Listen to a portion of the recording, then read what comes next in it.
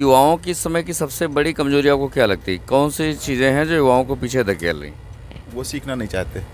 वो सीखना नहीं चाहते। नमस्कार दोस्तों, मेरा नाम है राघवेंद्र कुमार पांडे। आप देख रहे हैं अपनी धरती अपने लोग, और मैं इस समय ट्रेन में सफ़र कर रहा हूँ। विषय कुछ ऐसा था कि हमारे साथ में कुछ यात्री यात्रा कर रहे हैं, जिस कड़ी में मैं आगे काम कर रहा हूँ लगातार, कि पैसा कितना महत्वपूर्ण है और जीवन की जो अंतिम उपलब्धि है वह क्या है।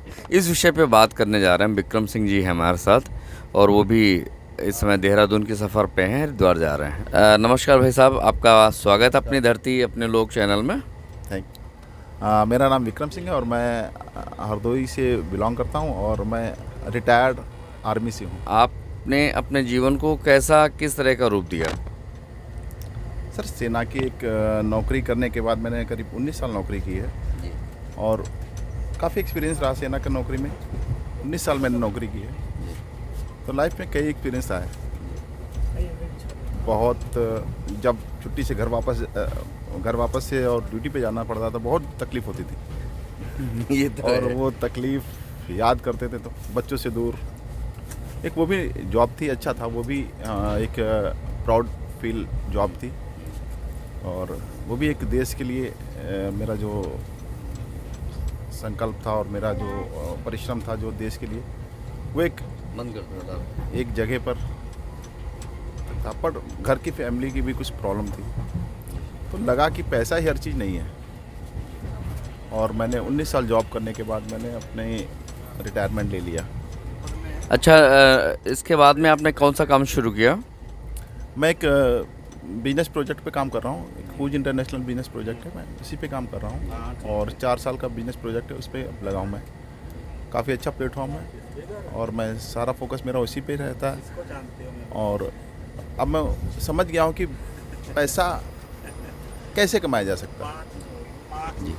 अभी तक था ना कि नौकरी करने से ही पैसा मिलेगा या कुछ बिजनेस मतलब एक सेल्फ एम्प्लॉय को दुकान खोल ली या कोई छोटा मोटा रेस्टोरेंट खोल लिया या कोई हॉस्पिटल खोल लिया, वो तो एक सेल्फ एम्प्लॉय है। हम अपने आप को काम देते हैं। जी। बिजनेसमैन सहमत वही हूँ। है। हाँ, बिजनेसमैन वही है जो एक सिस्टम के लिए काम करता है और पैसा उसके लिए काम करे एक टाइम के बाद। बिल्कुल। चलिए, अब पैसे के अलावा मैं आपके जीवन से जुड़े कुछ प्रश्न पूछता हूँ। अब आप अपने घर के लिए कितना टाइम दे पाते हैं और खुद कैसा महसूस करते हैं? मैं 24 आवर्स अपने घर के लिए रहता हूँ अवेलेबल। हाँ, वो बात अलग है, कहीं अगर मैं आउट ऑफ कंट्री गया हूँ तो बात अलग है। नहीं तो मैं 24 आवर्स अपने बच्चों के साथ, हाँ, अपनी फैमिली के साथ घर पे रहता हूँ। और ना मुझे कोई कहने वाला है, ना मुझे कोई जगाने वाला है। मैं अपनी मर्ज़ी से सुबह उठता हूँ। मैं अपनी मर्ज़ी से सुबह नहीं दिल किया तो नहीं उठता हूँ। मैं अपनी मर्ज़ी से खाता हूँ, मैं अपनी मर्ज़ी से नहाता हूँ। मुझे किसी टाइम की कोई लिमिट नहीं। मेरा खुद का टाइम है और ये टाइम मेरे लिए बहुत महत्व। अच्छा, कितना खुशी महसूस करते हैं इस समय? खुशी काफ़ी खुशी है अभी। रिश्तेदारों से कितना मिलना जुलना हो सकता है?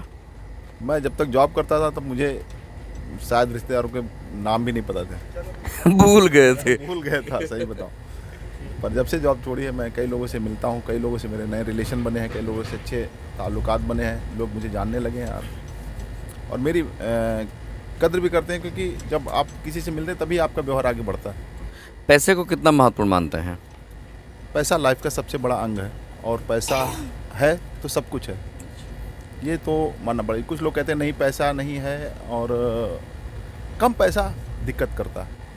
मतलब अधिक पैसा प्रॉब्लम्स को समाप्त करता है। अभी कल सुब्रत राय सहारा जी का परसों नरसों निधन हुआ था, और उनके बच्चे उनके अंतिम संस्कार में, इसलिए कि जीवन का अंतिम लक्ष्य क्या होना चाहिए? देखिए, जीवन का अंतिम लक्ष्य किसी दूसरों की मदद करना। मदद आप तभी कर सकते हो जब आप खुद मजबूत होंगे। मदद क्या करोगे? वो तो कहानियों का हिस्सा बन जाओगे। हाँ, कि आधी एक रोटी ले लो, उसमें आधी रोटी आप खा लो। देखो, मैं आध्यात्मिक भी हूँ और व्यावसायिक भी हूँ, तो मैंने देख लिया है कि लोग आध्यात्मिक लोग अपने, हम इंडिया में ना एक एज बना रखी है उन्होंने कि ठीक है इस बात में जाएंगे वहाँ पर आध्यात्मिक ज़रूरी नहीं कि आप एज के साथ, हाँ, एज के साथ में आप बदलाव करें। आप किसी की मदद कर सकते हैं, बट आपके पास पैसा तो होना चाहिए। 5 साल में प्रहलाद हो गए थे, है ना? तो कोई आध्यात्मिक एज नहीं होती है आध्यात्मिक है ना? आपके विचार ही आध्यात्मिक होते हैं। आप किसी के दुख को देख लें और द्रवित हो जाएं, यही अध्यात्म है। कि यदि इकोनॉमिक फ्री कंट्री हो जाए, मतलब पैसा मुक्त देश हो जाए, तब कैसे अर्थव्यवस्था चल सकती है? लोग कैसे काम कर सकते हैं? सर ये बात तो अभी इतनी दूर तक मैंने सोचा भी नहीं, कभी किसी चीज़ में विचार भी नहीं आया। बट ऐसा होना तो मेरे ख्याल से मुश्किल है, क्योंकि ये लगभग संभव देखो है। एक लालच ही हमें काम कराता है। वो लालच अगर ख़त्म हो जाएगा तो सारे लोग आलसी हो जाएंगे। वो कहते हैं ना, बेरोजगार बेकाम के हो जाएंगे। अच्छा, लालच का संदर्भ यदि बदल दिया जाए, क्योंकि कुछ आदमी लालच होते पैसे के, कुछ आदमी रिश्तों के लालची होते हैं, कुछ लोग ज़मीन के लालची होते हैं, कुछ लोग जो हैं, कुछ लोग नए रिलेशंस के लालची होते हैं। अलग अलग तरह के लालच हैं, मतलब सबकी प्रेरणा अलग अलग है, ऐसे कहा जाए। तो इस प्रेरणा में बदलाव आए तो क्या जो अर्थव्यवस्था है, वर्तमान अर्थव्यवस्था है, क्या उसमें कुछ बदलाव संभव है? सर बदलाव क्यों नहीं संभव है? बदलाव संभव है। जब हम कुछ नया करते हैं तो कुछ ना कुछ बदलाव ज़रूर होता है। दिक्कतें भी आती हैं। अब जैसे आपने बताया कि अगर बिल्कुल इकोनॉमी फ्री कर दिया जाए देश को, तो इकोनॉमी फ्री में करेंसी का महत्व तो हो गई होगा। चलिए, एक प्रश्न और आया। आपने कहा कि सेल्फ एम्प्लॉय और एम्प्लॉय देने वाला, है ना? जो एम्प्लॉय जनरेटर होता है और एक होता है एम्प्लॉय, सेल्फ एम्प्लॉय, जैसे आपने परचून वगैरह का उदाहरण दिया। तो एम्प्लॉय जनरेटर बनने के लिए आपने जो अभी प्रक्रिया अपनाई है, इससे आपको कितना अच्छा महसूस होता है? सर मैं बता क्या रहा हूँ, मुझे बहुत अच्छा महसूस हो रहा है और मैं इस पर काम भी कर रहा हूँ। और मैंने इस पर काम भी किया है और मैं लोगों को अपने साथ में कोशिश करता हूँ कि वो मेरे साथ में आए और आगे बढ़ें। जो ये अपनी मानसिकता है ना, उसको बदली करें कि सिर्फ पैसा नौकरी से ही मिलेगा या मेहनत करने से मिलेगा। नहीं, पैसा आपको आपका दिमाग खर्च करने से मिलेगा, ठीक है? और पैसा मिलेगा, एक रास्ता है, उस रास्ते पे आप चलिए, तो उस रास्ते को फॉलो करिए, आप पैसा मिलेगा। तो महत्वपूर्ण विषय है, पैसे को समाप्त नहीं किया जा सकता है और पैसे के बिना काम भी संभव नहीं है और पैसे के बिना लोग ज़्यादा बेहतर नहीं कर पाएंगे, ऐसा आपका मानना है? पैसा समाप्त नहीं हो सकता।